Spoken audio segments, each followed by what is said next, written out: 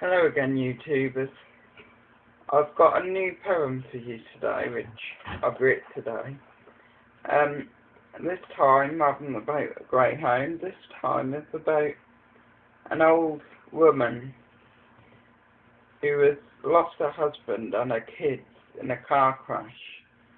So she bought a puppy from a shelter, a rehoming shelter, thinking that it'd be her best friend and a substitute, basically, for her husband.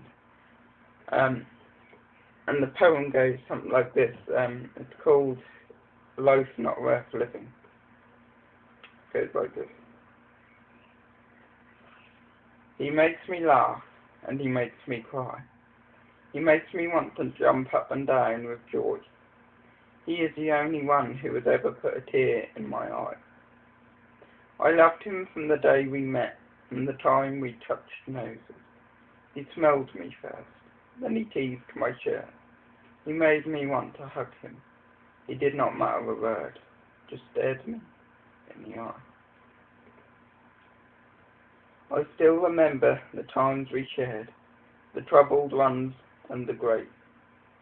We played ball together and stuck up for one another. And when he heard me cry, he would nudge my shoulder and reassure me that everything was going to be all right.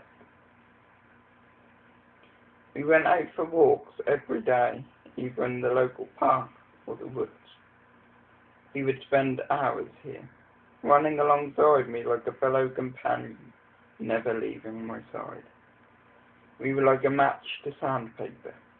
He lit my world, but this such light could not go out. Every paw upon the ground made me think how lucky I was to have such a faithful friend.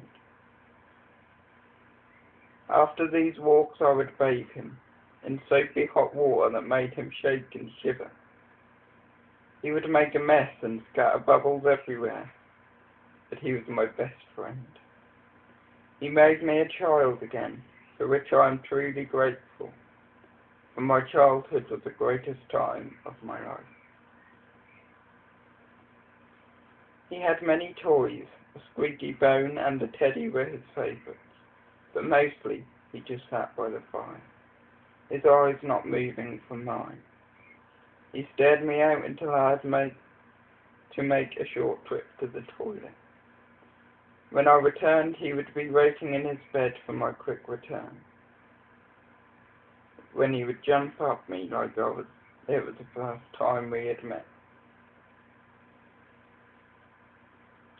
He loved to be fussed, and cuddles were his thing. He would sit on my lap while I stroked him and sung.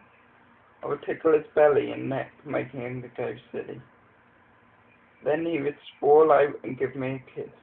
He'd slowly drop off to sleep after that. He made me forget about the husband I had lost, in a crash that killed my kids and my only hope of living. But now I've lost my greatest friend too. I'm still thinking about him.